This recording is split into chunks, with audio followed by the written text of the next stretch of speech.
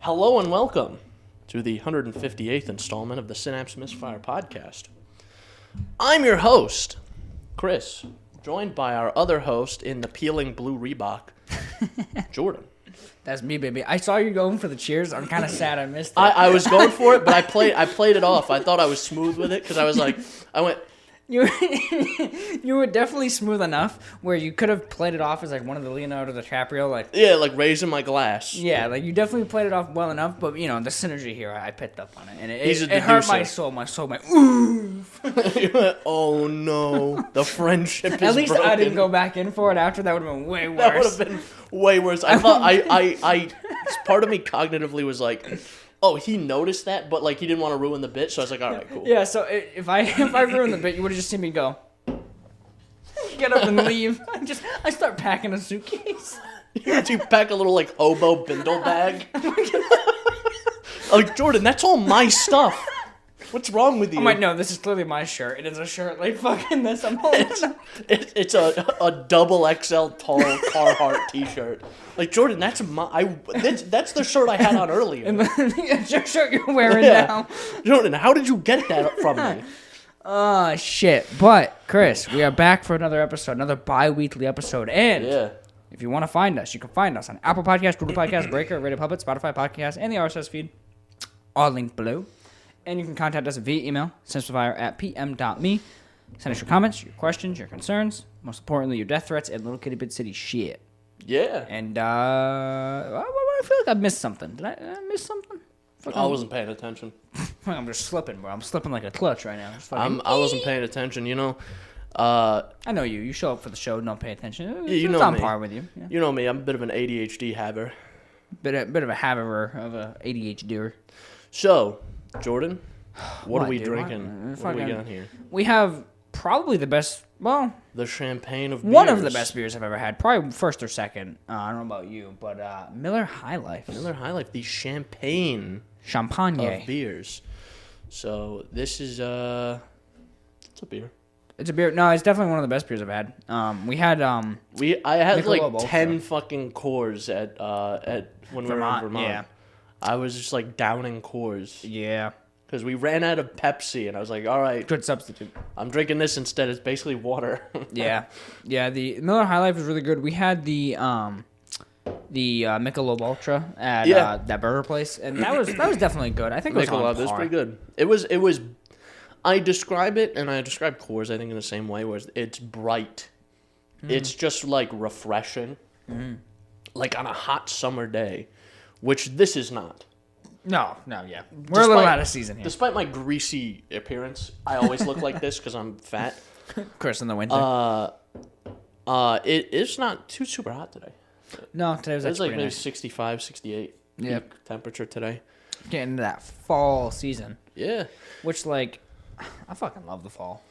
Fall, I like Halloween, I think. Me too. I like Halloween and the surrounding activities.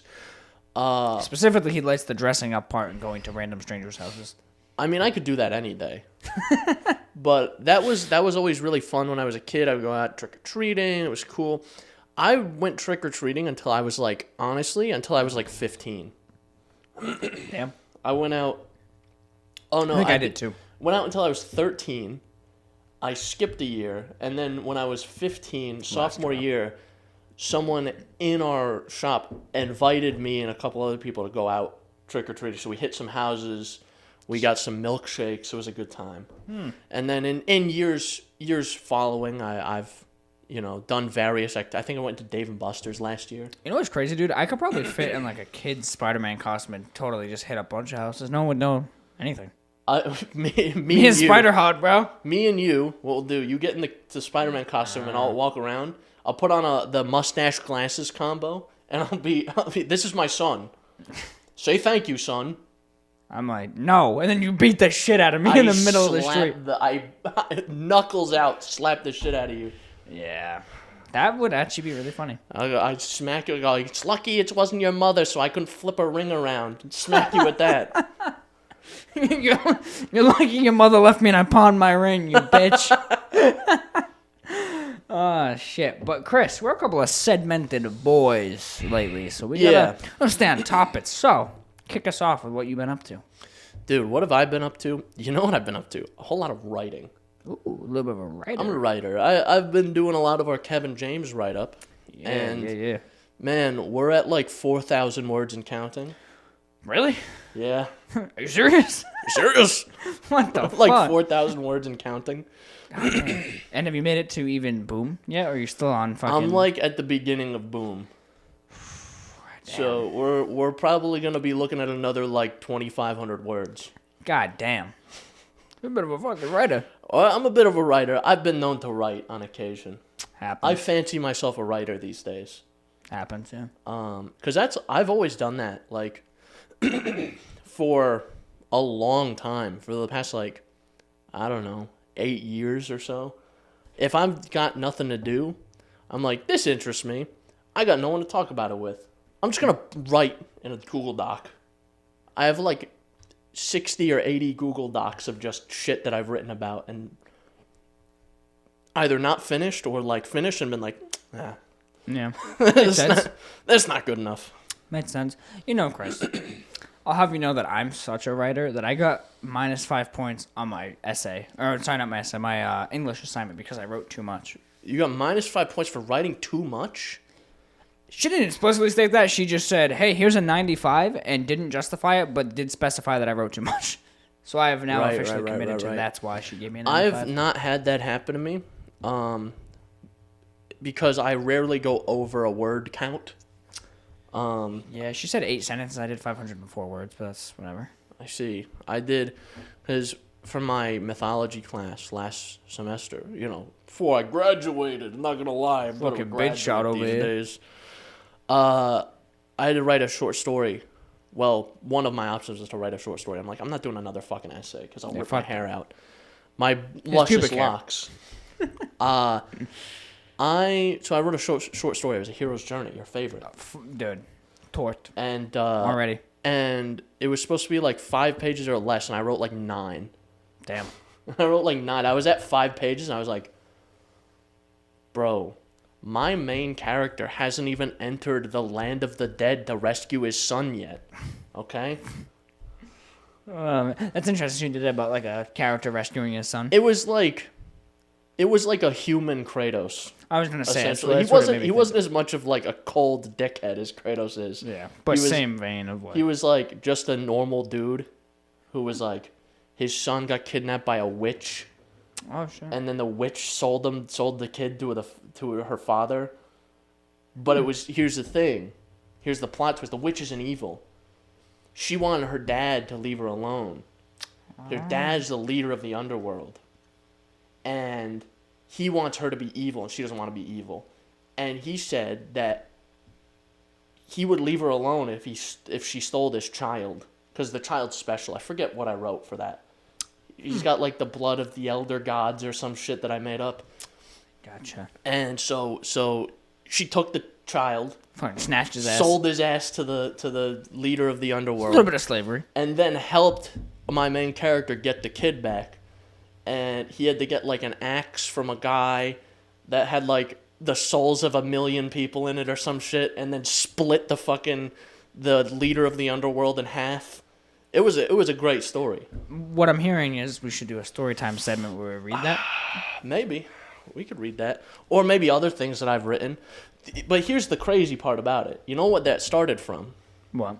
The first thing I wrote was I was in the shower and I was like, what about a story about a guy who kills a goblin?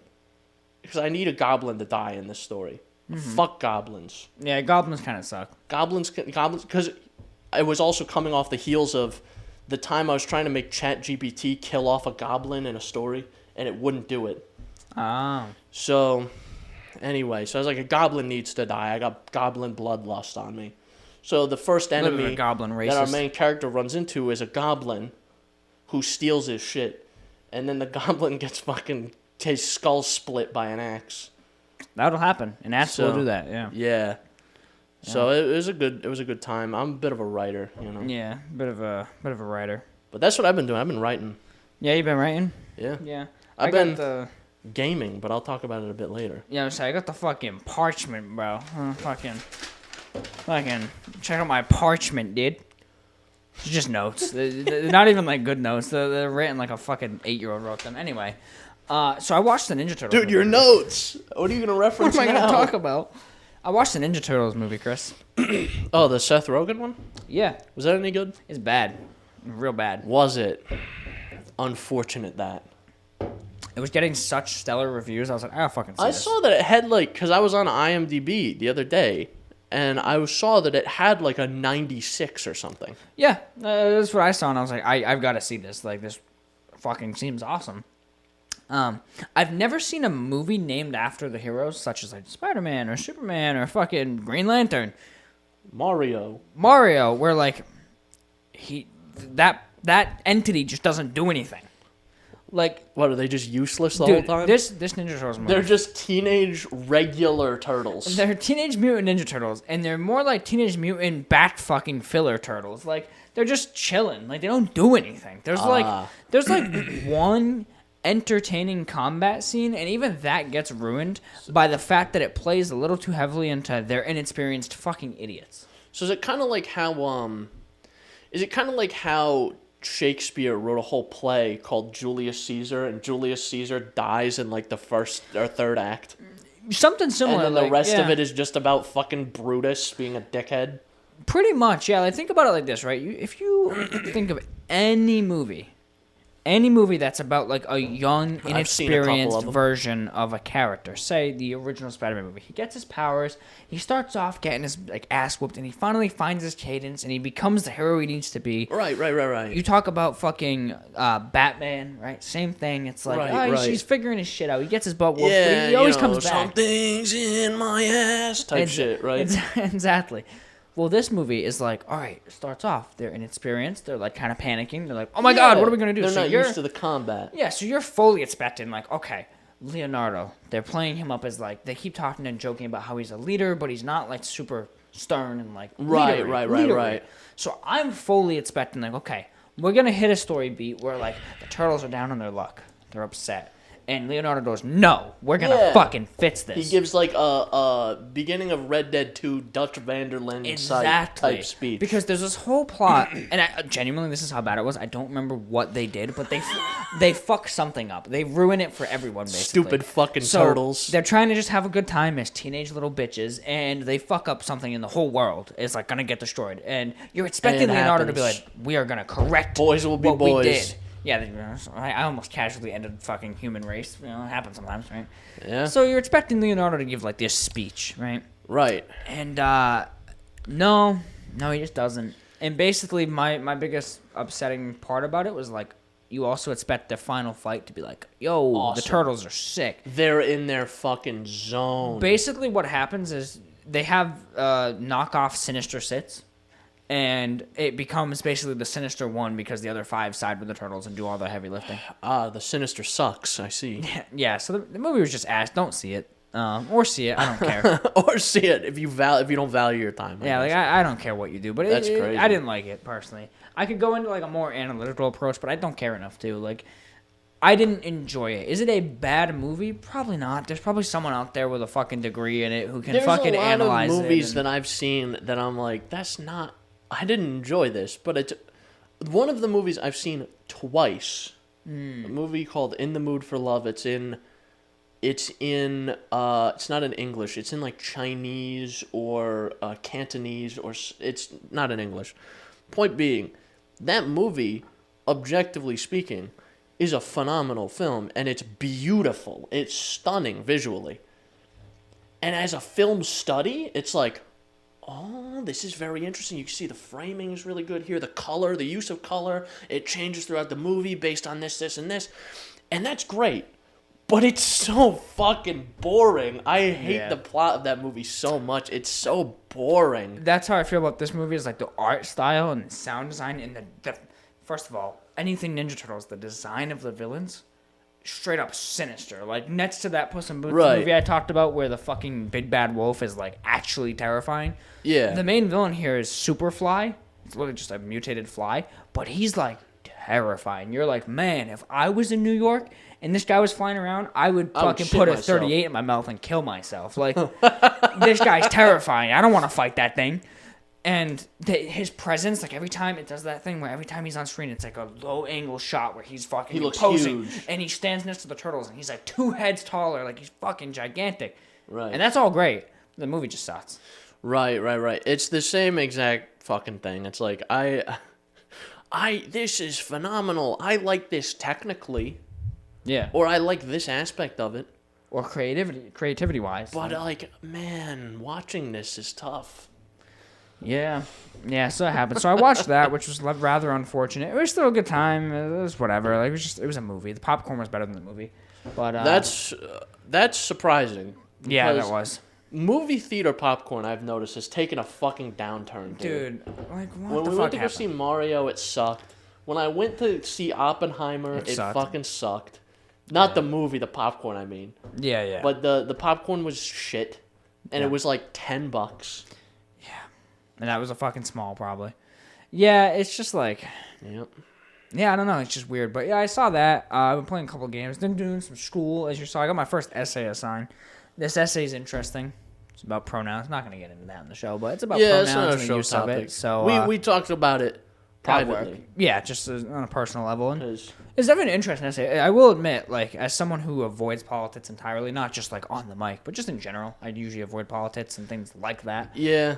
It has the article I read did actually have me go like, a couple times. And I was talking to our old boss about it, and he was like, "That's the beauty of school. As much as you hate it, like, fucking assigning me work."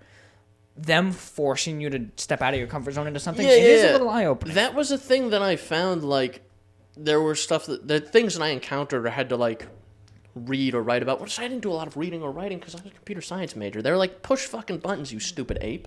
Fucking monkey bitch. But I had to do some English classes, and the stuff that I read and whatever, or stuff that I did, like, my film classes and watched in there, and I was like, it really kind of was like, oh, this is not something I would normally encounter.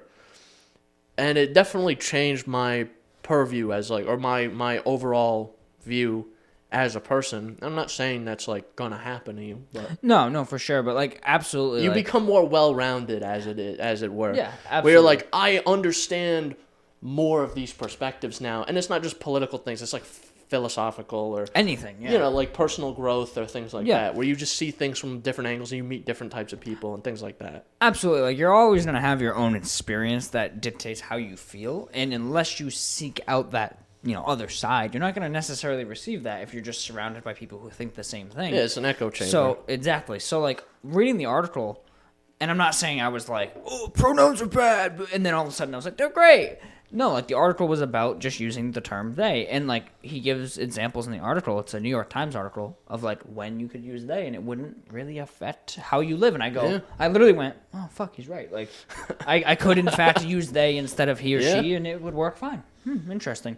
Like, I just never thought about that. It makes you think. Yeah, it made me think outside of my normal scope, because I don't think about that. That's one of one of my favorite things ever. I love learning shit. Yeah. I never understood people because trust me, I did IT. I worked with a lot of fucking people who refuse to learn, and I don't understand it. I don't understand how you can refuse to learn. I love learning stuff. I love information. Yeah. Kind of like, I enjoy being the smartest guy in the room. Doesn't happen often, but when it does. I'm the smartest guy in the room. Unfortunately, the room is a mausoleum. Bunch of dead people in there. There is that one guy, though. He's pretty fucking smart.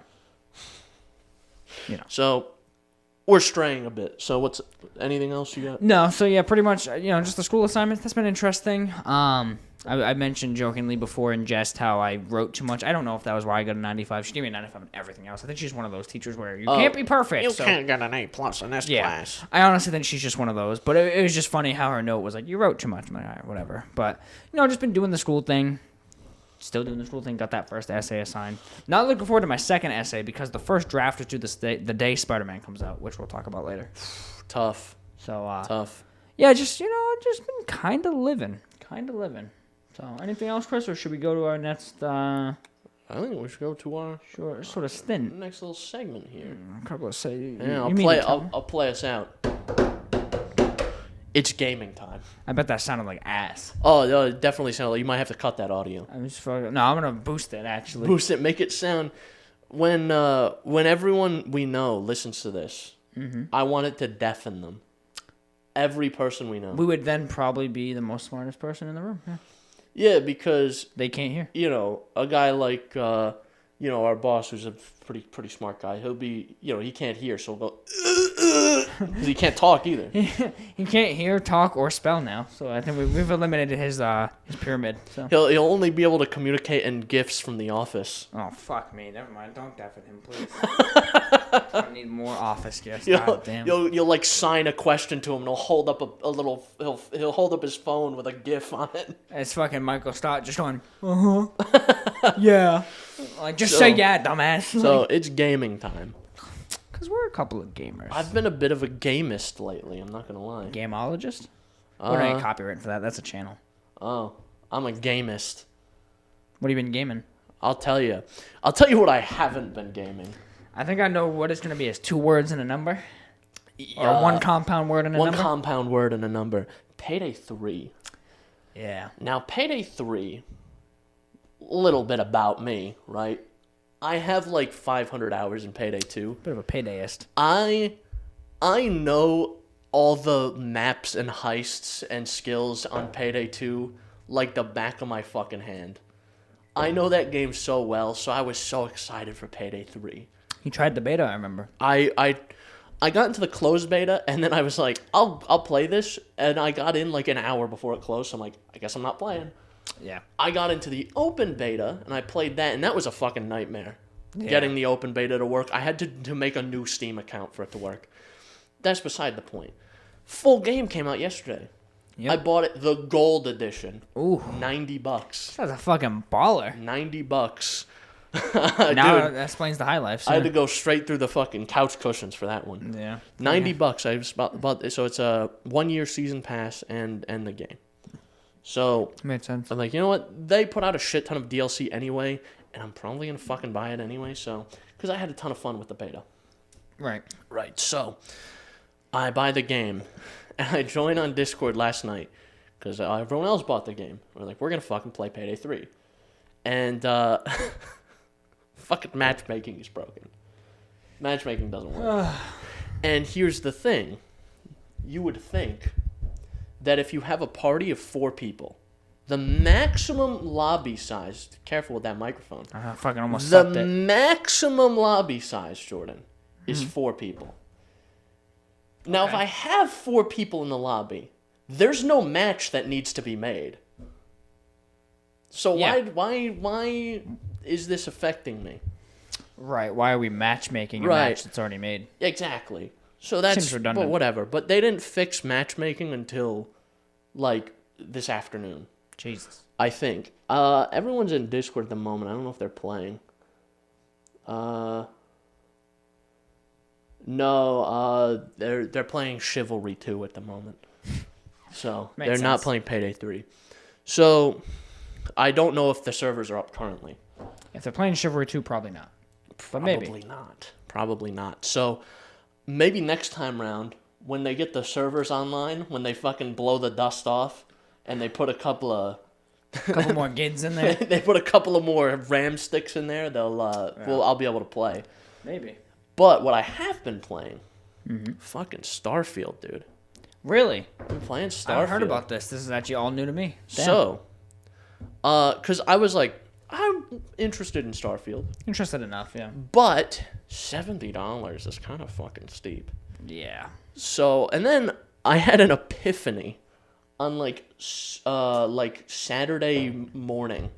I was like, wait, who makes this game? It's Microsoft. What do I pay for? Microsoft Game Pass. I wonder if it's on Game Pass. That would have been hysterical if you bought it. And that's why I was thinking. I was like, I'll just wait for a sale, and I'll forget about it. I'll put it out of my mind. I'll close my heart to it. And I was like, oh, shit, Game Pass. And I booted up the Game Pass thing, and sure enough, it's on there. So I installed it, and I've been playing it, and it is fucking fun. Is it? It is very fun. I haven't really been touching the main story a whole lot. I've just heard of that. Yeah, a lot of people I've been playing with the side story with my boy Barrett. It's a good fucking time. Yeah. It's a good time. You run around to different planets. In typical Bethesda fashion, there are way more loading screens than there needs to be in a game in 2023. But Honestly, Chris, I think I may have given this speech to you at work. I know I gave it to our boss and to our Bud Light boy coworker. I drew this imaginary line in the sand when I found out that entering buildings there were still loading screens. That became my, like, I will not cross this line and buy this game because of that reason. Really? And now I have to stick to it, unfortunately. If I get, like, Game Pass someday Well, again... if you have Game Pass, you don't have to buy it. I don't have it anymore, but if I ever get it again, like if they I revamp see. it or whatever... Because there's talks of them putting Game Pass on the Steam Deck. So if they do that... Okay. I'll try it. But until they do that, I'm sorry, man. I drew this line in the sand, and I don't like to be a hypocrite, so I can't cross it. Dude, you're missing out. It's fun. It is fun, man. It does seem fun, though, truthfully. I'm in the middle of a side story, like I said, with my boy Barrett. He's like the first, because there's the main group, Constellation. Yeah. And they're explorers. And A couple of explorers. this isn't really spoilers, because this happens in the first 2 seconds of the game. You're looking for artifacts. Literally just ruined the game for me. No, I'm literally not going to play it now. Well, I could tell you all about the artifacts, but... One's a vibrating dildo. The other one. Yep, I put that right in my ass. And Anyway, go ahead. Sorry. So when you first find the artifact, guy from Constellation, Barrett, comes to collect the artifact. But something happens. Oh yeah, space pirates show up, and they want the artifact.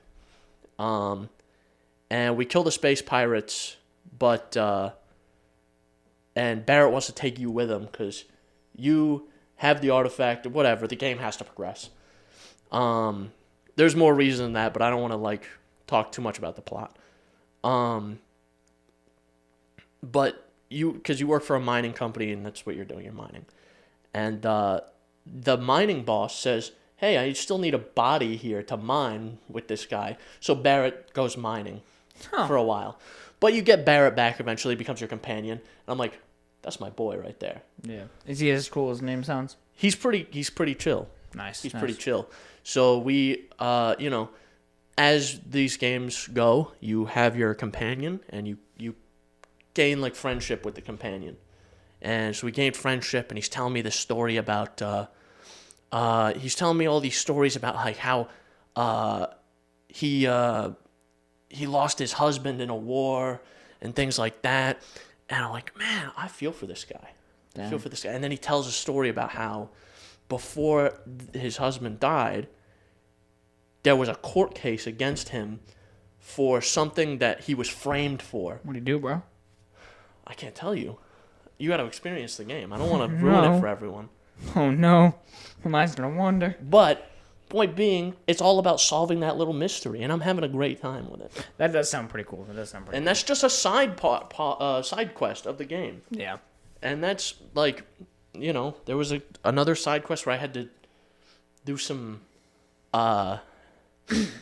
sort of legally questionable actions to get some mining equipment bought.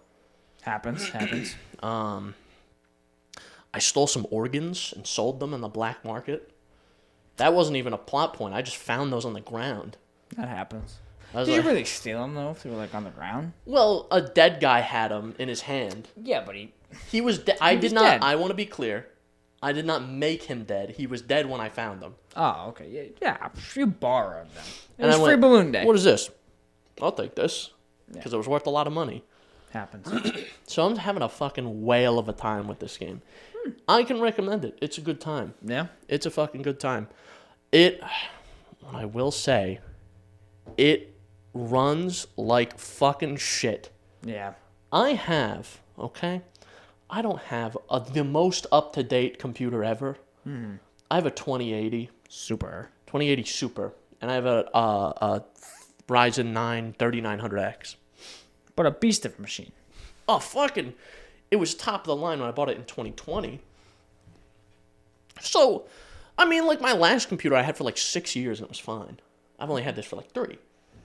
So, I figured it's fine. It's fine. And it's chugged a little bit with some games, like Red Dead 2 it chugs with sometimes, but I can still run it at medium high. I can make peace with that. This game, I have it on all low. Really? All low. And it runs, it barely cracks 60 most of the time. Holy shit, I wasn't expecting that. Yeah. And that's, granted, it's 1440p. But should that not be, like, the standard? Yeah, no, that's crazy. That's honestly crazy. Come on, man. It runs pretty bad, but two things. NVIDIA is releasing a driver update to deal with that a little better. It runs apparently phenomenally on AMD hardware. Yeah.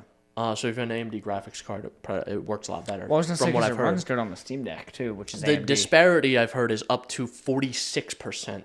Holy shit. In some cases. With a 6800 XT, which can outperform the 2080 Super in some cases. But I read that on Starfield it was as high as 46% they saw, which is fucking insane. That's crazy. So they have a hard bias towards AMD. But NVIDIA's doing a driver update, and I think the Starfield's getting an update. And they're bringing DLSS in. So once they get DLSS, it's game over. Yeah. That's the feature that made Cyberpunk run. Yeah. So hopefully that fixes my problems. But it even on low, that game is fucking beautiful. Yeah. It looks fantastic. Yeah. Like, the textures are all very well rendered. Yeah, I've been hearing a lot of good things about the game. I'll probably give it a shot at some point, but so much shit going on between all these game releases. Yeah, I just take my games you know me. I'm not I wouldn't even really classify myself as a gamer. Mm-hmm. I play video games, but it's not really something I do every day. It's not something I do all the time.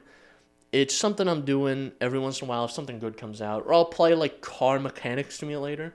Yeah. I'll play that. That's fun. Right. Or I'll play, like, Stardew Valley or some other game that I can play and chill and, like, have YouTube or a podcast or something on in the background and play. Right. Or I'm playing, like, a giant open-world RPG. There's no in-between.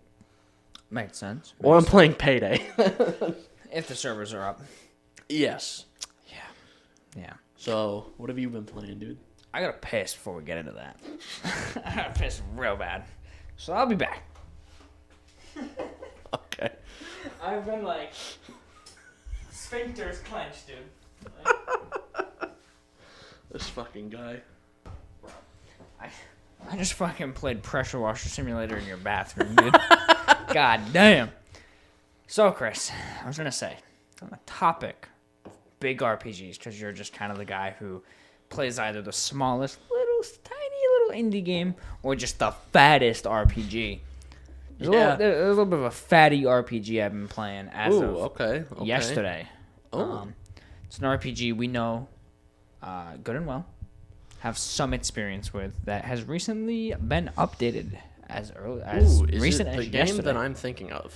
More than likely, because you just mentioned it. Cyberpunk. So the 2.0 update just came out yesterday. I reinstalled that game recently, and I was going to play it because I was under the impression I was going to have to wait for a sale to buy Starfield. Interesting. So I would keep it installed. It is vastly improved. Now, last time I played the game, it more walked than it did run. How does it run now? I'm playing it on the Steam Deck, and it's fine. Ooh. What about game-breaking bugs? Anything like that? Immersion breaking, game breaking? Nothing game breaking at all thus far. I'm about 2.5 hours in. So, I mean, I can talk about this because we've both beat it and played it and talked about it. We had a whole 2-hour spoiler cast about this. I'm up to the point right now where I just got the, I forget his fucking last name, but Sean, or Deshaun, whatever the fuck his name is. The big black guy who gives you the job. I just got done talking to him. He dropped me off in Chinatown, and I'm getting ready to go on the heist with Jackie. Thus far, it's fine. It's been a little bit of like a tweak, trying to tweak out the settings and stuff, and like get it to run well on Steam Deck. But they have a whole Steam Deck preset. Ooh, it runs good, runs fine. It's perfectly playable. They revamped the whole RPG system. The visuals are just fucking incredible. Literally, the only thing that's jarring about it is it's got that CD Projekt Red charm where like as great as The Witcher 3 is, Geralt kind of moves like a stiff bag of ass sometimes. It kind of does. That game is clunky. Yeah, so it's got a little bit of that going on, but like in terms of bugs and stuff, like I haven't had a single one. Really? I haven't had a single one in 3 hours. What I will say about CD Projekt Red, as much flack as I will give them for the release of Cyberpunk, yeah, they are one of the few game companies that will make good on their promises. Mm-hmm. And that's one of the things that kept me with like Payday 2 for so long, was like that once Overkill was bought themselves back from Starbreeze, they made good on a lot of their promises to like, let's revamp the skill systems, let's revamp this, let's revamp that, let's remove this bullshit that Starbreeze made us add. Shit like that. And CD Projekt Red does that a lot too, where they will make good on their promises. Yeah. In terms of improving games. So the game runs great, like it's perfectly playable, it's awesome. Do you remember how you would do the prologue, and as soon as you finish the prologue, hey, V. Yeah, and you get 800,000 phone calls. That doesn't happen anymore. That's Thank fixed. God. You can now drive and shoot out of the cars. The police don't spawn on you anymore. They actually come seek you out. Oh, you're kidding me. It's literally, Chris, I will tell you this, it is literally a different game. So it's like the game it should have been on launch. Absolutely. Wow. Yep. I might have to play it again. It is actually very good.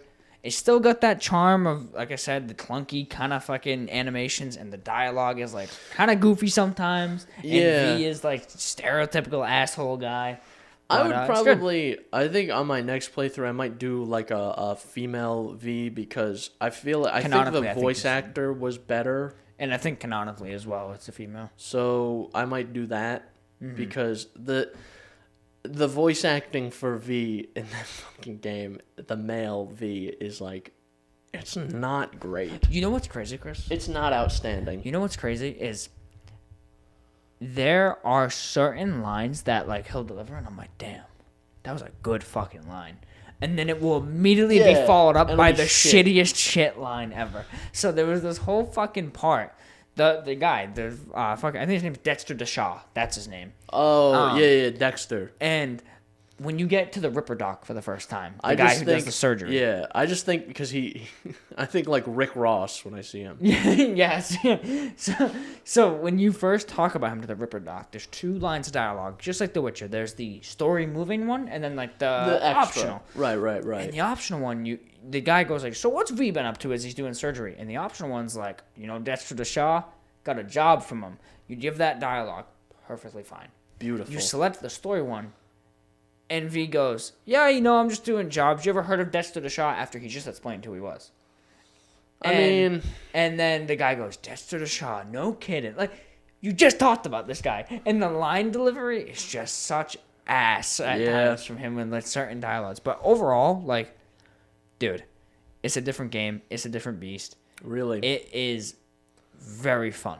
It is very fun. The thing I still don't like is the hand-to-hand combat, though. The fist fighting. Right. Kind of clunky, because like there's no lock-on. So you're just like floating through fucking enemies trying to dodge and weave. I will say something I did like was how the gun play worked in that game. We should play it. We should play it through again and do an updated spoiler cast on the 2.0 version, because with the original version, there were like points in the spoiler cast, legitimately, you can go back and watch it, where I wasn't even sure what the plot was because of how fucking broken the game was when it was trying to explain to me the plot. Yeah. Because there was times where I was like, there's story happening here. But Jackie's upside down. But I'm in the floor and rolling around, and I can't fucking pay attention to the story because I'm supposed to be having a meaningful conversation, and I'm in the fucking void. Okay? Yeah. I'm in the fucking void, or I'm 16 miles away, or this objective won't trigger, or something like that. Yeah. Yeah, no, it is, it's a different game, dude. It's a different beast. It is actually fun now. I would actually recommend it now. That's crazy. It's a good time. The gunplay is greatly improved. And the actual story is, I didn't change much with that. A couple things they changed from what I've heard. I haven't really seen it. I don't remember enough about it to probably tell. But, story is the same old. But, no, it's good. And the biggest thing for me is I'm not pissed off that I'm clipping through walls or getting my fucking phone called every 7 seconds being like, here's a side quest, I'm so glad the phone call thing is resolved because there's a bit of a side quest overload in Starfield. Yeah, I've heard that. Because I did one side quest, okay? I went to one city on one planet, of which there are like hundreds. And I walked through this city for like 10 minutes to do part of this quest. And in that time, because you get side quests from like conversations that are happening on the side of the street. Oh, wow. That's interesting. And it's a very densely populated city. So I ended up with like 18 side quests that's Jesus. Like talk to this person, talk to that person, talk to this person, talk to that person. Some of them are fine. One of them was like a murder mystery. That was decent, cool. I guess. Yeah, that's cool. But there is a bit of a side quest overload.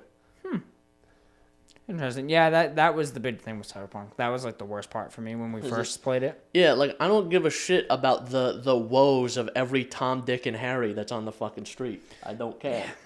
Yeah. Also, that's such a fucking boomer saying. Every Tom, Dick, and Harry. My dad says that. Oh Jesus. It really is like a fucking boomer saying. No one's named Dick anymore. Yeah, that's true. That is true, actually. You just see your friend go, "What's up, penis?" What up, phallic? What's up, cock? We're so fucking stupid. Oh, Jesus. But you know something, Chris? Yeah. There's one thing about this playthrough that has been reinforced for me.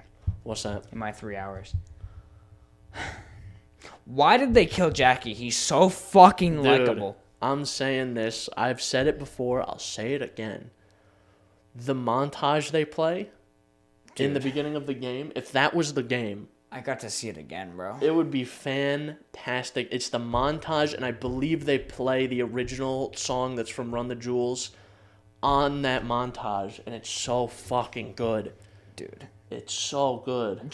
First of all, Jackie's character is the most consistent, likable, well-acted character in the entire game. Yeah, and everyone else sucks. And everyone else is just some fucking cannon fodder bitch. And they kill my boy at hour 4, dude. It makes me so mad knowing that if I continue, bro's gonna get iced. And, here's the thing. If the game was that, and then he died at the end, dude, that would have been a tear-jerking moment, dude. But him dying is like that early in the game, and I will say, they do leagues better than Ubisoft. Ubisoft does that shit too. Yes. Where it's like, Jordan, how long have we known each other? Like 6-7 years, something like that. Yeah. What if Holy shit, actually, fuck. Oh no, I think it's like 6. Yeah. What if I was like, that junior year when we met, I was like, "Hey Jordan, I'm Chris." And then you died. and then I died the next day, and you spent the next 3 years of your life on a revenge mission to kill the guy who killed me. A guy you barely fucking knew. That's every Ubisoft game. Yeah. At least you get to know the guy first. Yeah. Yeah, no, in fairness, like, it is 100%. It is a level of writing in video games that is 10,000 times better than any Ubisoft game, but granted, you're not playing that shit for the story anyway, usually. Yeah, no, yeah, definitely for sure. The way when Jackie dies, you're like, oh my god, and then the whole, obviously, spoiler, the betrayal. You're more sad about what the game could have been, though. Unfortunately. Yeah, it's one of those situations. And then you spend the rest of the game with fucking Johnny Silverhand and Keanu Reeves. And this is subject to change. I might change my opinion after I play it again. And I might too once he hasn't died yet on my playthrough. Like I said, but only 2 also hours in, the character of Johnny Silverhand, I really didn't like. Me neither. So we'll see. I heard they changed some of his stuff. I thought he was a dickhead, and I get that was the point of his character. But I didn't like it. But I didn't like it. He wasn't charming or like a likable guy. He wasn't a dickhead like Handsome Jack. Yeah. Like where Handsome Jack is evil and crazy, and you're like, I like that guy. Fuck this guy, but like, man, do I like him? There's something about him that I like. He's charming. Yeah. But Johnny Silverhand's just a fucking asshole. Yeah, he's just a douche. He's just an asshole. So, I don't know. But yeah, we'll see how this second playthrough goes. So far, so good. I am definitely enjoying it. And the new DLC comes out, I think, Thursday. So the Phantom Liberty expansion. So probably pick that up at some point. But no, it is a good time. I would recommend you go back and play it, and you'll see it's fucking so improved. I chose a different life path this time. I did Street Kid. It's interesting. Crazy. Because I did the fucking Nomad last time. I'll probably do Nomad again because I liked the Nomad. Nomad is cool. Street Kid is okay. Honestly, I feel like Nomad made the most sense. I haven't done the corporate one, so I guess I can't say that. But the Nomad one made the most sense in terms of like how you meet Jackie. The fucking Street Kid one is like very forced. Like, is it? You said you're gonna do Nomad again? Yeah. Want me to tell you like what happens with Street Kid? Yeah. So in Nomad, as you remember, like you just meet him in like a shack, right? In Street Kid, you finally get like a job where it's like, hey, your buddy Pedro owes me money, so you're gonna steal this car for me to pay off Pedro's debt, or I break his fucking knees from some guy named Kirk. And you're like, all right, bet, I'll steal the car for you. So you go steal the car, and for some reason, while you're stealing the car, Jackie mugs you. He shows up and he holds you up. He just fucking appears. He literally just rounds the corner and holds you up at gunpoint and says, "Get the fuck out of the car." And then the cops show up and arrest both of you. And then instead of arresting you, the cops beat the shit out of you and leave you in like an alleyway. Mm-hmm. And you wake up next to him with like a broken nose. And he's like, hey, you want to get lunch? And you go get lunch with him and you're best fucking friends. I'm not even kidding. Not even kidding. You're best friends after that. And then it does the montage. That's such a good illustration of how quickly dudes make friends with each other. For real, they're like, he's like, oh, my head hurts, and Feed's like, yeah, mine too. You want to get let's get lunch? There are dudes in college that I met we were boys, and I had no idea what their name was. Yeah, this is like a couple of times. Guy. I'm like, oh, you're that fucking guy. Yeah. Hey. That's literally how you meet him in the Street Kid one, and I'm like, oh, it's cool. I feel like the Nomad one was better though. Nomad is a good one. Nomad's cool because you get that cool scene where you're fucking driving through the desert. That shit's sick. Yeah. So, good game though. Definitely recommend it. Quick side note, I played through the Hitman trilogy again, Steam Deck. First of all, fucking phenomenally optimized. Oh, just on a whim, I played like 2 hours of Hitman 2 the other day.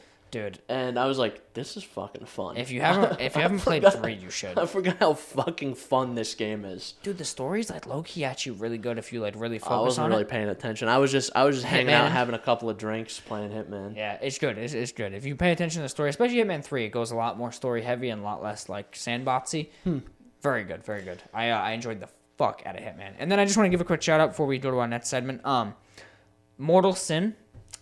It's a roguelite sort of dungeon crawler game. Right. I never thought I'd have interest in. I was just really looking for something to play. It was on sale for like $20, so let me buy it. I almost refunded it because I was like, this is fun, but I'm never going to play this. But then I saw it was made by one guy, and I know how Steam's refund policy works. I genuinely felt bad. Right, yeah. Like, I love supporting creators that are one guy. Yeah, and I was like, I literally said to myself, I'm like, fuck, I'm not going to refund this, though. Because the way Steam does it for a quick little fucking TLDR, they keep their percentage. So if you pay $20 for the game and they take $8, the creator refunds you $20. They have to still pay Steam the $8. Yeah, they lose $8. So I'm like, I'm not gonna do that. I'm not gonna do it to this guy. His name's like Michael or Matt or something. Look, game's fun enough, but I'm like, I don't have time to play this. So then I'm at work, quick lunch break. I'm like, all right, I really don't want to play Cyberpunk on lunch. I'm like, or this is before the update, so I'm like, I gotta wait for the update. I can't play anything else. There's a lot of explicit material in that game. That too. I didn't realize how many titties are in the first hour. There's a lot of like tits, ass. There's so much tits. You can have a vagina. Yeah, there's vagina in that game. You don't see vagina in video games. And penis too. You really don't see any of that. Dude, you can select circumcised or uncircumcised. It's crazy. You don't see penis in video games or movies. Sure. Or movies. Every time I see penis in movies, I cheer. Yeah. You never see it. Yeah, me too. But Mortal Sin, I played it on lunch, and that's what it took. It took 30 dedicated minutes to play it, and I was like, wow, this is fucking sick. So now I'm like 3 hours in. And all it really is you go through dungeon, you kill stuff in dungeon, you die, you restart as a new character. Or you just keep progressing, you get better gear, you just quickly loot and sell things, and each time you get higher levels, you unlock new fucking classes, and each class starts with different abilities and stuff. It gets really complex if you really like dig into it, but at surface level, you're basically just guy who goes through dungeon fighting cool monsters, and it's fucking sick. I fuck with the vision. And it has a cool art style of like a comic book look. I love it. Very happy. Matt, Mike, whatever the fuck your name is, cool game. Thanks, Matt, Mike. Best support. Best of luck to you. You have 1,000 reviews with an overwhelmingly positive success, so hopefully, That's another positive from Jordan. Yeah, another fucking Jordan positive over here. So, good game. Been playing that. But, Chris, I think it's time. Time for our next segment? Time for our next segment. A little bit of a test. I play us out. Hang on. I gotta think of a new beat. It's time for a drink review. Drink review. So this is a suggestion. Review. It's time for a drink review. 2 dudes reviewing drinks. 2 dudes reviewing. Not yay. 2 dudes reviewing drinks 6 feet apart because they're not gay. Even though we're like 3, but it's fine. But, dude, you did the face and you can't even see your eyes because your hair. You just had the mouth. So, our boss has said since the dawn of time when we joked about segments like 100 episodes ago, like, you need to do drink reviews. You need to do drink reviews.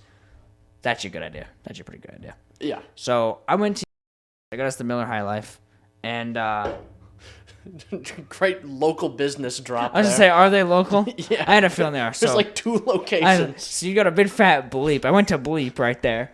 And I said it, and I went, fuck.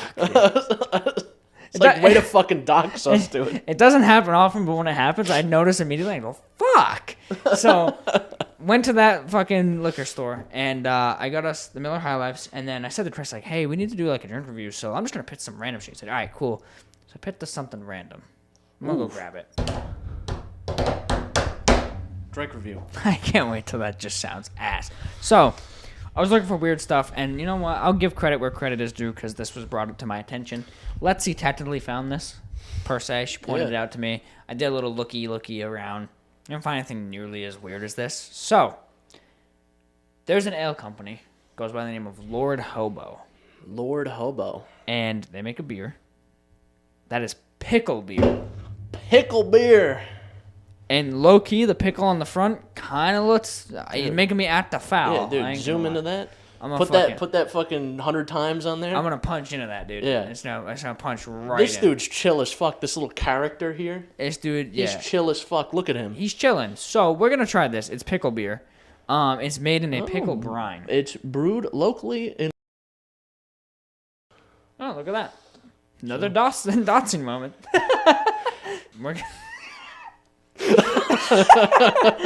I can't. So we're going to try this, unfortunately. Pickle beer. So, you just fucking... There you go. So you just twist it off. Pickle beer.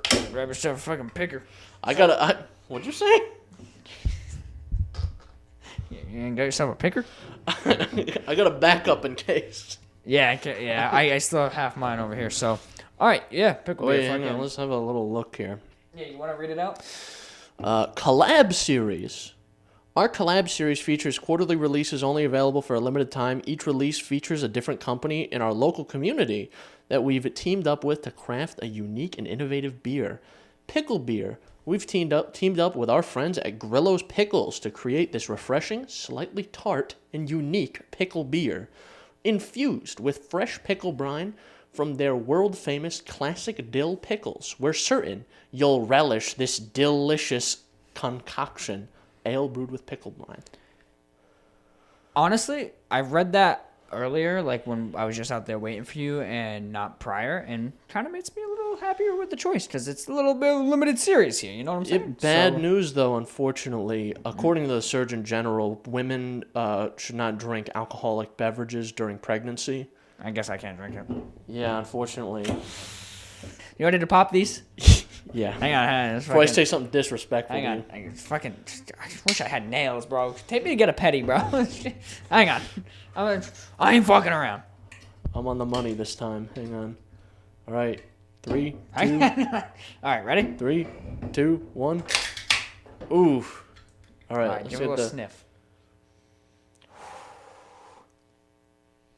That smells like balls. I like pickles. I'm a big pickle. I'm a little pickle boy. I'm a big pickle. I'm a big pickle enjoyer. Yeah, me too. I love pickles, and beer. I'm coming around on.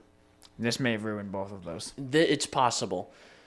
It's very possible. We have to cheers this one because this may be the last time we're alive on camera. 6% alcohol by volume. By the way, I didn't read that.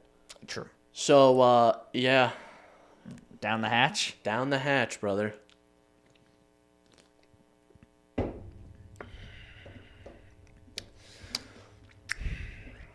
That tastes like my ass. It tastes like cigarettes. Dude, yes. Yes. It tastes like I fucking- just sucked down an ashtray through a Dunkin' Donuts straw. It tastes like fucking cigarettes, bro. Fuck, bro. It tastes like cigarettes, and it like smells like weed. Doesn't it? Yeah. There's something wrong with this fucking. There's something wrong with this concoction. Oh, man. Well, you know what that means. The champagne of beers strikes again. Oh, that cold Highlife hits. Did you get a weird aftertaste, though, because of switching? I did. No, it kind of cleared me out. Did it? The shit cleared your orifices out? Yeah. Whew. How much was this? Do you know? Well, for this and the Highlifes, it was like $20, so I'd say like $10. Don't fucking buy this. Don't buy the pickle beer. Don't buy the pickle beer. It is not good. It's not. On a scale of 1 to Miller High Life, I would give it like a 3. Let's see. We need an objective scale here. 0 through 5 5 bottle rating. stare. A five bottle scale. Okay. This is a 1. So 1. Maybe like a 1.2 if we wanted to introduce decimals into the equation. Nah, I think we stick whole numbers. All right, this is a 1. Because no one wants a half-empty bottle. You know what I'm saying? Of course. This is a 1. This is a 1. Highlife. This is like a solid 4. Yeah, I'm gonna reserve 5 for like the beer that makes me have a second coming of Christ. I'll save it for the beer that makes me have a coming. Second coming of Chris. So I would say on that scale, that metric of 5 bottles, High Life being a 4, I would say this is a 1 as well. This is a 1. This in 1 bottle, 1 pickle, dude. Don't fucking buy this.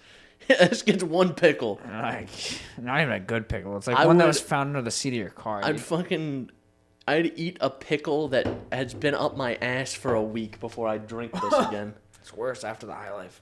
I would eat a pickle up Chris's ass before drinking this. Ugh. It got worse after the High Life, dude. Oh, God. I can't even say it's like ironically good. It's just not. Oh, no. You have your phone on you, right? What does this scan me do? There's a scan me on here. I need you to decipher that. What does that do? There's a crown. Probably because Lord Hobo. It's about pickle beer, Grillo's pickles. Click on the fucking Grillo's pickles. What does that do? We should hit some of these pickles and see how they compare. Is that what we should do next time? Where do you think we can find them? I have to find them anywhere. I guess this might tell you their website. Where to buy. There you fucking go. All right, so yeah, we're going to see where we can buy these goddamn pickles. So maybe we can do a pickle review next. I can buy merch. I'll suck back a pickle. Honestly, us on the mics live sucking back pickles together, I'm down for it. Live pickle sucking event. So stay tuned for episode 159 where we just suck pickles the whole time. I'm just going to town on a pickle.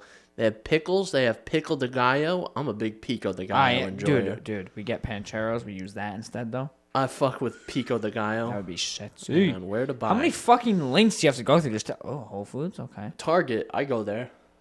I've been to a Target before. I'm just saying, if we Walmart, you ever heard of it? Amazon? Call me Walmart. So, maybe we'll get a jar of these pickles and see how they compare. No, you know what? Absolutely. I'm putting this in stone, so that way if we don't do this, we get lynched. We're buying Grillo's pickles for the next podcast, assuming they're, like, actually in our area, which I'm assuming they are, because this did say local brewery. If they're available, yes. We're going to get some Grillo's pickles. We'll review the pickles, and we'll see how they compare compared to these Grillo's fucking pickle beer. Pickle beer. I don't imagine they will be bad. Oh, man. This was actually... I'm disappointed. I thought it would be, like, I thought it would be ironically bad. It's just bad. I'm not kidding you when I say it tastes like fucking cigarettes. Honestly, like... It tastes like a fucking... It's not even like a... Like, have you ever been... I'm assuming you have. Been around someone who's like a heavy smoker? Yeah. it tastes like how that person smells. You know what? I think you hit the nail on the head. Like if you just think of the biggest smoker around you, that nicotine tar smell, it just tastes like you sucked that down. Like whatever that person coughed up this morning, they spit into this brew. Yeah. This shit tastes bad. Just bad. I've had bad things before. This is bad. Like, I don't think this is... I've had bad things before, and I've had things that are not my taste. This is just bad. I would say this is just objectively bad. It's a fun gimmick. Novelty. It's a gimmick, yeah. It's a like, fun novelty. like if you're a beer collector, right, knowing this is like limited series, you break a can off, put it on your shelf, have if it for that's display. something you're into, yeah. Or if you're into oddities. The can is better than the drink. The can goes hard, I will say. The can goes crazy. I love this little character on here. That's Lord Hobo, the Pickle Man. Maybe I can do a little B-roll. Maybe I do a little B-roll before I leave with one of the unemptied cans. Yeah, if we remember. Yeah. Get that fucking 4K can footage. It doesn't even taste or smell like pickles. It doesn't. You get the hint of vinegar, but that's about it. Oh, it's the last sip I'm taking before I throw up. That's gross. That's just bad. Official review. Just bad. Tastes like cigarettes, not like pickles. Highlife? Highlife. Now that's a beer I could get behind. It's crazy that I can willingly drink this and be like, oh, it's a good time. Can't do that with that. I can't even, ironically drink it for the bit. It's gross. No, granted, I will say, I'm not coming from the point of view of a beer enjoyer. Right. If this were a bourbon, I could be like, oh, yes. Yes, this is one bourbon of 5. I have an over-under for bourbon. Worse than Wild Turkey or better than Wild Turkey? That's my over-under. Yeah. And I'll tell you, if you're ever down on your luck, you don't have the money for Wild Turkey, do not invest in Evan Williams. I could not afford, well, I could afford, but I didn't want to spend the extra money on Wild Turkey, and Evan Williams is half the price. Oh, really? So I was buying that, and when I was making my Android app, I would drink Evan Williams, and I would code in Java for from 7 p.m. to 3 or 4 in the morning. Ugh. And between the cheap whiskey and the Android, I was like, man, this is the worst time of my life, I think. Yeah, never hit a low this low. This may be worse than my experience in junior year of high school, when I met this fucking guy. It is really ironic that Chris and I are pretty close friends, and it was the year we met was the worst year in Chris's life. It's kind of funny. Yeah, I would put it up there as one of the worst points in my life. Yeah, maybe I was just the fucking hero you needed, just fucking swinging in and being like, hey, bro. Yeah, immediately we met each other and immediately started beefing. Yeah.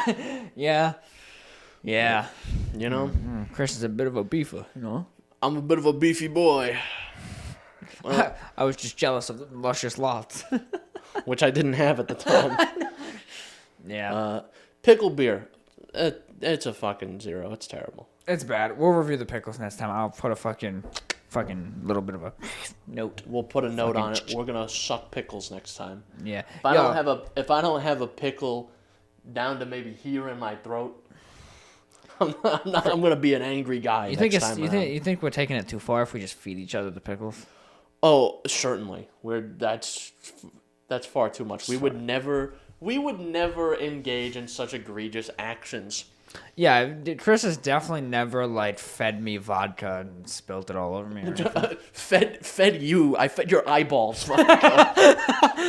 Dude, I've never seen clearer before. That shit was sanitary. I fucking baptized you with it. I said, "Go now, my son." I was like, "Oh, my eyes! Oh, fuck, I'm blind." I lived. That's all right.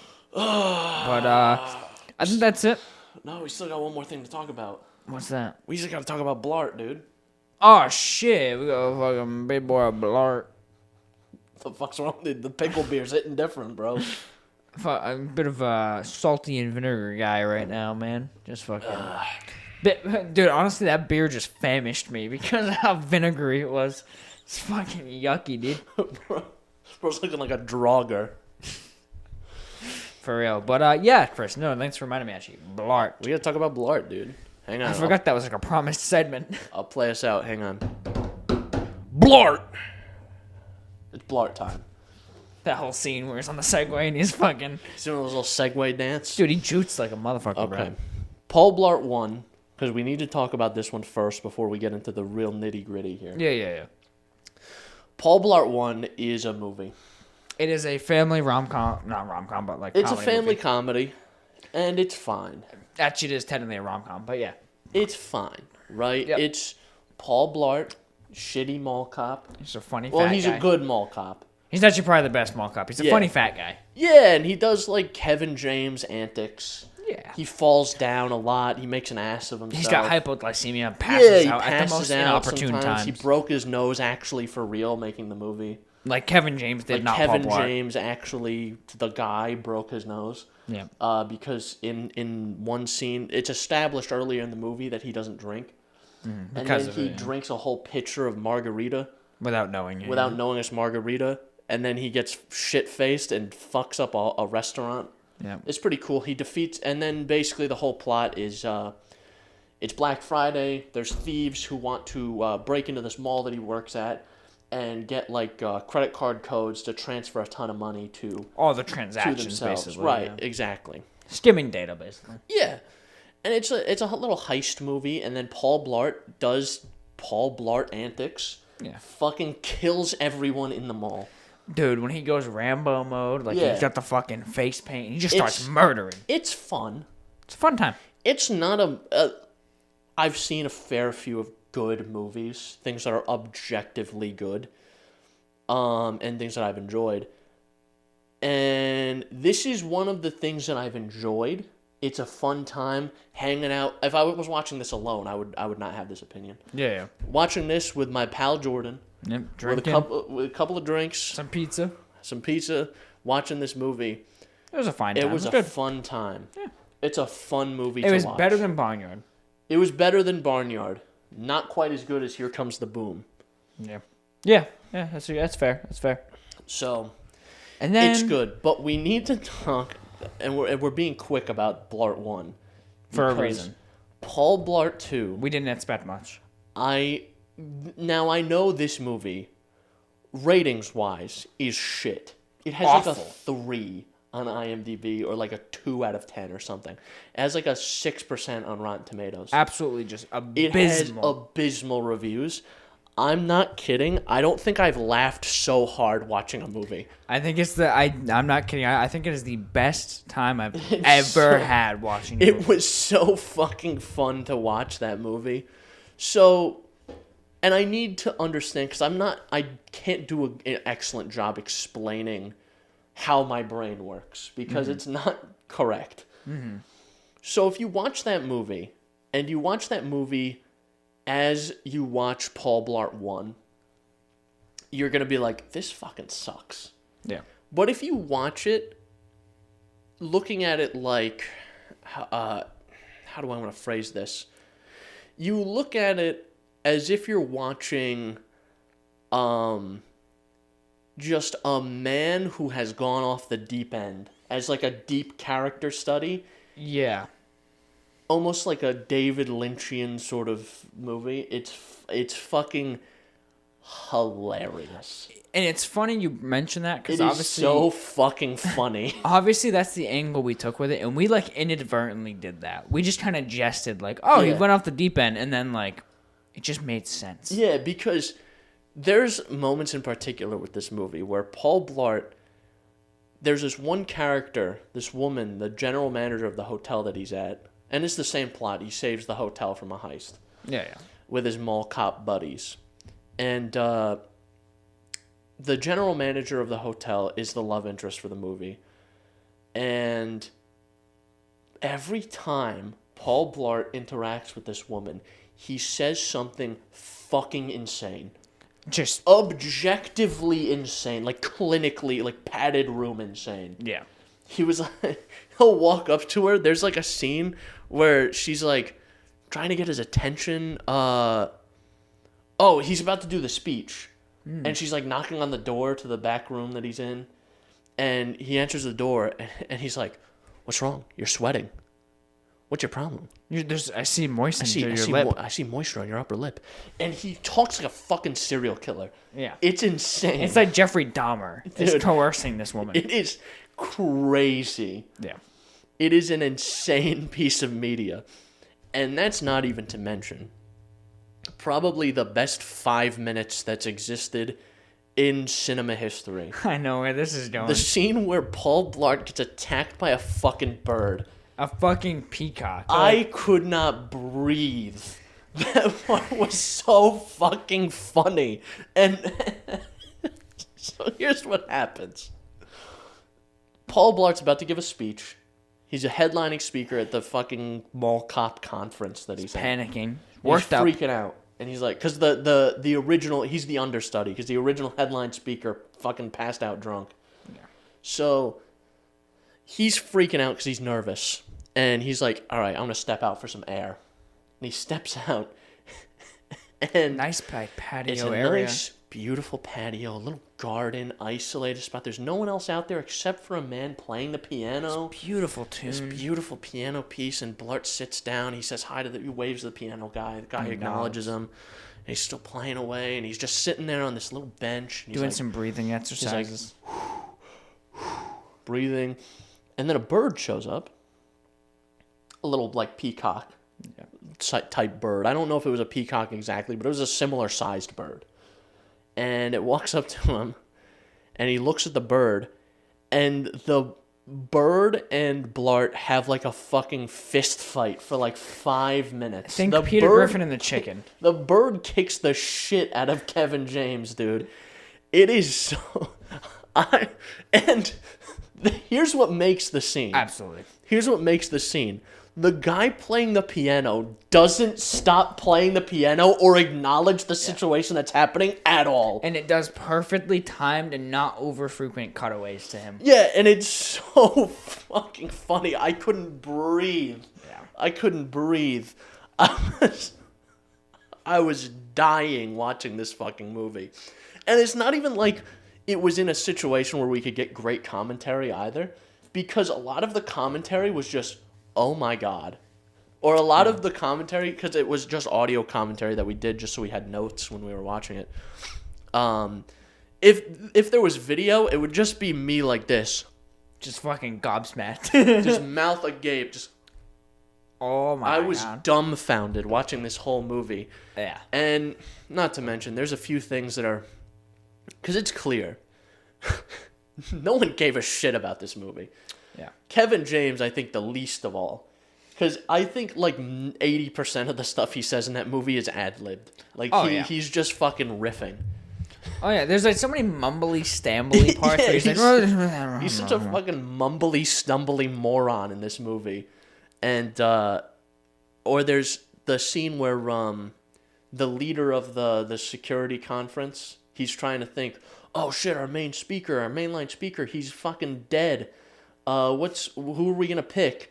And there's a scene where it cuts to Blart, and he's just like staring at them, and it cuts back to the leader, and his wife is behind him, and she like looks at him, and then there's like 10 solid seconds of silence of just them cutting between each other, and it's so fucking funny. It's an ironically really funny movie. I think it's something that is. And this may be upsetting to maybe our older viewers. But I think this is a movie that's funny specifically in a Gen Z kind of way. I would say it's meme the movie. Yeah, like if you're over like 28, you're not going to get it, I don't think. I don't think so, yeah. No, I'm 22, so I don't know. Yeah, I mean, I'm not old. I can't speak from a hip pain standpoint, but what I can say is that I think that's a big part of it. It's basically meme the movie, where it's just a lot of like short little gags and like things out of the blue. It's uncanny. Yeah. Why is he fighting this bird, Chris? Like, why is this a scene? You know. And I need to emphasize, because that's kind of the point, and I understand that, but it's not like family comedy funny. Family comedy funny is like, you know, like a slightly exasperated exhale. Yeah, or like if you're like, you know, it's on, you're like, huh. This see that? is actually like my stomach was hurting. I couldn't breathe. Tears were coming out. It was so fucking funny. I was like leaning over, like falling out of the chair practically. Dude, all right. This is instructions for anyone who wishes to follow them. It's your mission. Should you choose to accept it. Yes. Get yourself, maybe a couple of your buddies. Similar humor. It has to be at least one other person with you. By yourself, it's not going to hit right. It's not going to hit correctly. You and at least one or two other people. You have to be close with these people. And you got to be all friends, right? And you got to have a few drinks. Put this movie on, and you will have the time of your fucking life. Yes. It's such a fun movie. I honestly cannot recommend it more. Yeah. There are movies, like I said, that are good. There are movies that are bad. There are movies that I've enjoyed that are good. There are movies that I've enjoyed that are bad. This is a movie that I enjoyed, and I think errs on the side of good. Yeah, it's definitely more good than bad. It's definitely more good than bad, but you can't look at it in the same way as, oh, I'm critiquing a family comedy. You have to look at it as if you're like, oh, I'm watching a fucking psychopath in action here. Yeah. And I do actually low-key think that it is emboldened by Paul Blart 1, because the way the movie opens with just like Paul Blart 1 ends on such a high note. Oh, He's so happy. The first like 10 minutes of the movie undoes everything that happened in Paul Blart like 1. Picture like the hero gets married and has children, and then they all die in a fiery collision. Like that's basically how it opens. His mom, who's his rock, loves him to death, gets obliterated by a milk truck. In like the most in like ironic the first scene. 2 minutes of the movie, she goes to pick up the paper off the ground. She goes to grab the newspaper, picks it up, and a fucking milk truck destroys this old woman. Like, fucking hits her, knocks her off her feet over the truck. And keep in mind, this is where the movie lets you know its intention too, because Kevin James is narrating this scene, and he goes, I didn't even know they had milk trucks anymore. Like, totally just out of the blue. Like, you're this like, is an what? insane reaction to have to this scene. Like, if that happened to me in real life, I would be so depressed and distraught and mourning, and he's just like, I didn't even know there was fucking milk trucks anymore. His whole thing is like, that sucks, I guess. Yeah. Like, it's crazy. And, like, the movie teeters that line of tone so well, where like just as it starts to get serious, it always just rips itself back in the funniest way. Not in an obnoxious like kind of way that this may be a triggering statement that a lot of the Marvel movies do. Yeah, where it's like, let's cut tension, but tension was the move here. He's right behind me. Yeah, it's shit like that. It's like, let's cut tension with a shitty one-liner, but tension was the move for this. Tension is never the move for this movie. Yeah. It's, let's cut this with the most cartoonish shit imaginable. Yeah. If there was an Avengers movie and there was like, they wanted to do one of the quips in like to break the tension. Oh, there's tension. And then like Captain America tears his own head off, and that's the tension breaker. Yeah. That's to the same level as this fucking movie. Like, one of the things Chris and I both noticed while watching this was how there's a specific scene towards the end that Chris elaborates a lot, like when he makes the video, about how the villain, the whole time, the villain's the only thing that's not really satirical. He's the only, like, serious character in this fucking movie. And his very first face-to-face interaction with Kevin James or Paul Blart, he switches sides immediately and becomes just a absolute bananas psychopath moron. And it's almost like Paul Blart acts like a fucking mind virus in this movie. Like, he goes from being like, I am stereotypical Russian bad guy to like, they're just hurling childish insults like, no, your mom's gay. Like, like my dad could kick your dad's ass, dude. No, my dad will kick your dad's ass. Like, It literally becomes that, and it's the funniest fucking thing. And like the cutaways, the cinematography of this fucking movie is just like way better than it should be for the story it's trying to tell. And this is a through line between all the Kevin James movies we watched. Especially Here Comes the Boom, this occurs a lot, where it's shot poorly a lot of the time, but sometimes it pulls out just a fucking amazingly framed shot. Yeah, like 100%. I still insist that Here Comes the Boom has some of the best fight scenes ever for some reason. For a boxing movie, it's pretty good. I wouldn't go that far in saying that, but it's like it's good. And a lot of the shots are framed and color graded and stuff are surprisingly good, which almost makes me upset because it tells me that people who are competent made this movie and decided not to make it better. Yeah. Like, it tells me that everything except for, like, writing was fucking on point. Because the acting isn't terrible in those movies. Absolutely not, no. It's not bad. Like, even in fucking Zookeeper, like, the scene where Kevin James and the other zoo lady, Kate, they have their exchange in, like, the car after the wedding. That's not a terribly acted scene. I would say that's even a very well acted scene. Yeah, pretty emotional scene. Yeah, I'm like, that's great. That's fucking great. So it seems like the place where they're lacking is writing. Who's fucking writing these movies? Get me on board. I'll write a movie for you. There you go. I'll write a movie.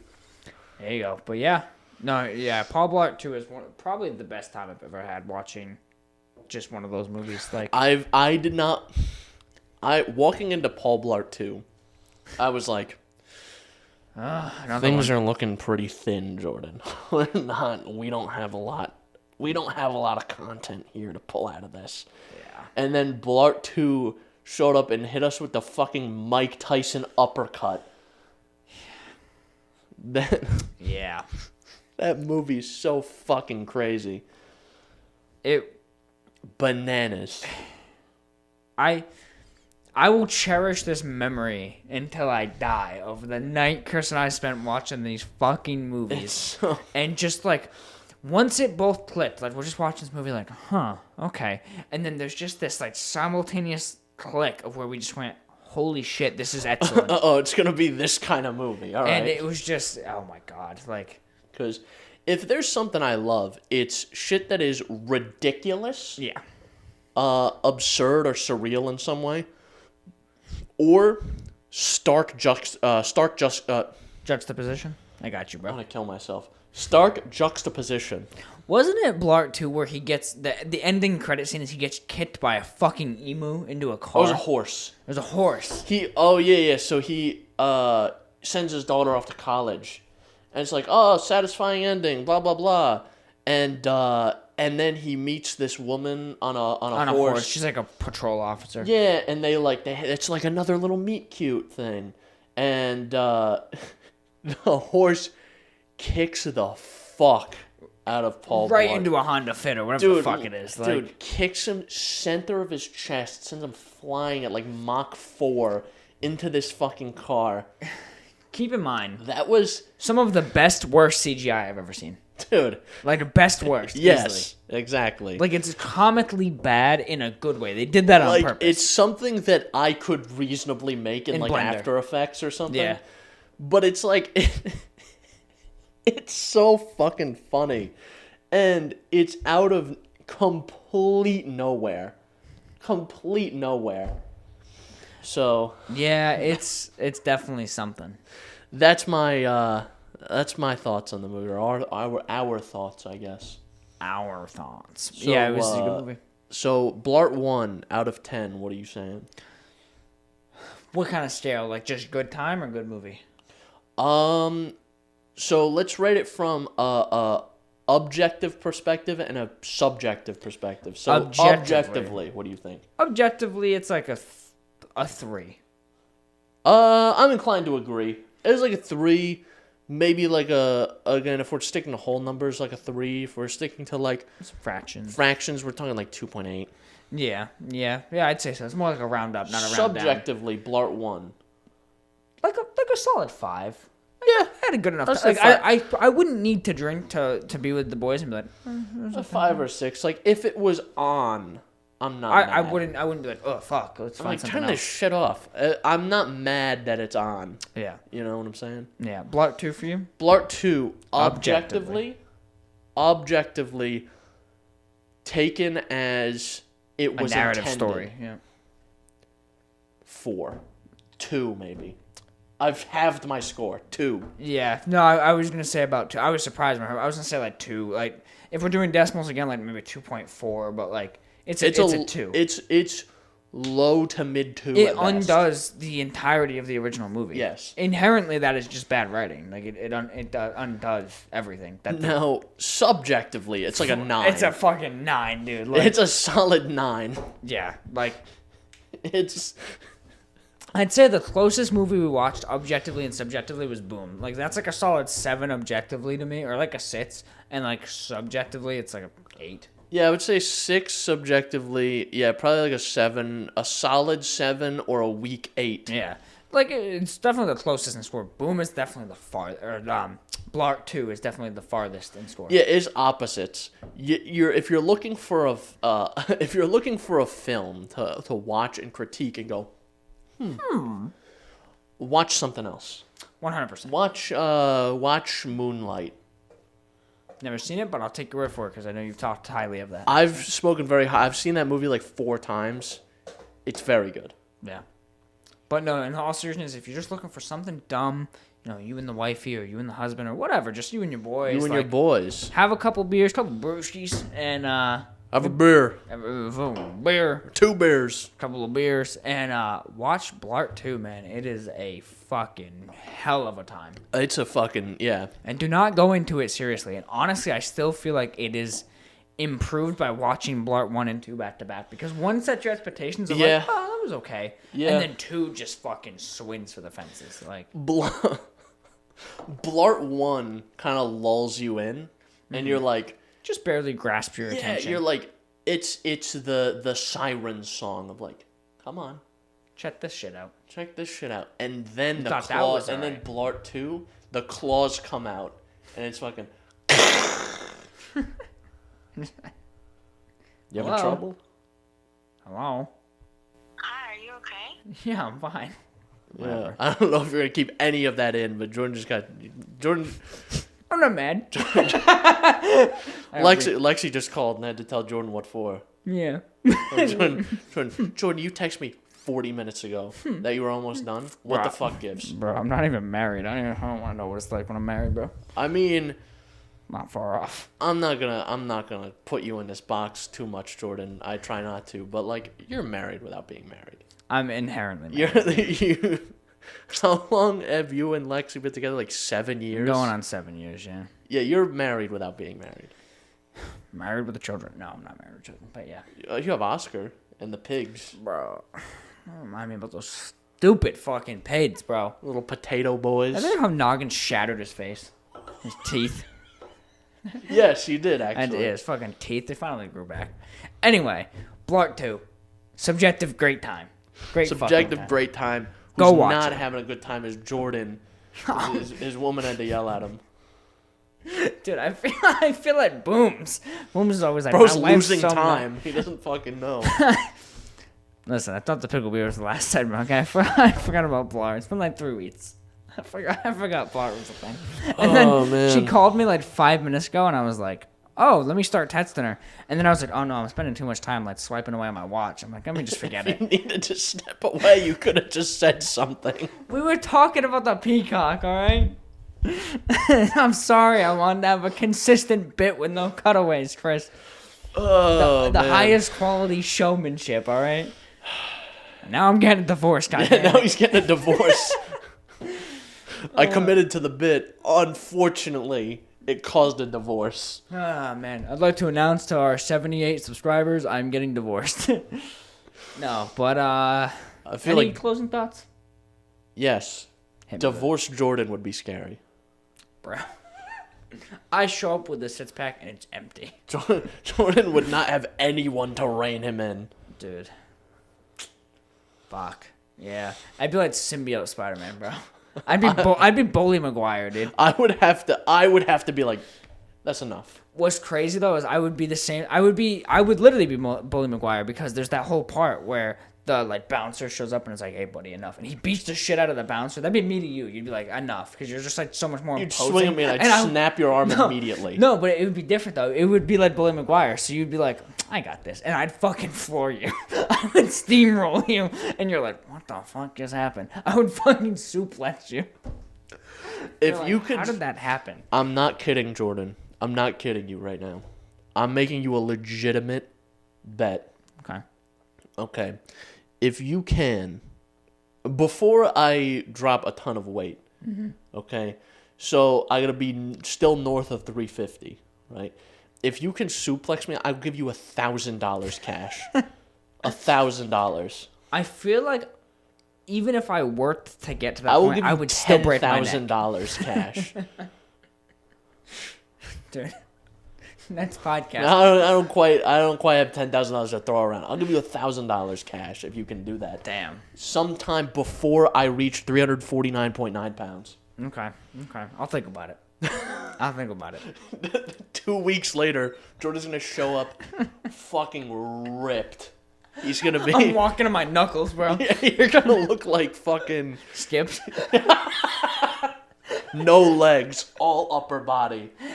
And you're gonna go lift me up with one hand and slam me on the ground. I'm gonna fucking spinning you like a basketball, dude. Anyway, shit. We digress. Jordan's gotta get home before he gets in trouble. I'm gonna get grounded again. My Duncan balance is gone. The Duncan balance, the Cheetos popcorn is off the table. No more popcorners. No, not the popcorners. No more fucking popcorners for this guy. Fuck, man. No more. What the fuck else do you like? Cheese steaks? No more. Cheese steak? Oh! You're a Philly cheesesteak enjoyer. I know that. Chris, I couldn't remember what a cheesesteak was. You've had 2 beers. You said cheesesteak. I was like, what the fuck is a cheesesteak? You meant Philly cheesesteak. I gotcha. I just was thinking literally a cheese steak. Like a sirloin with cheese. I was like, I don't even like steak. This guy has I'm not even a had big steak guy. 2 beers. Listen, I'm fine. I'm all right, guys. As I drive away, fucking crashing. No, I'm fine. I'm just like I'm in a very laughy mood. I kind of want to watch Paul Blart 2 again. If I'm honest I don't with think you. we have time for that. Lexi would be upset.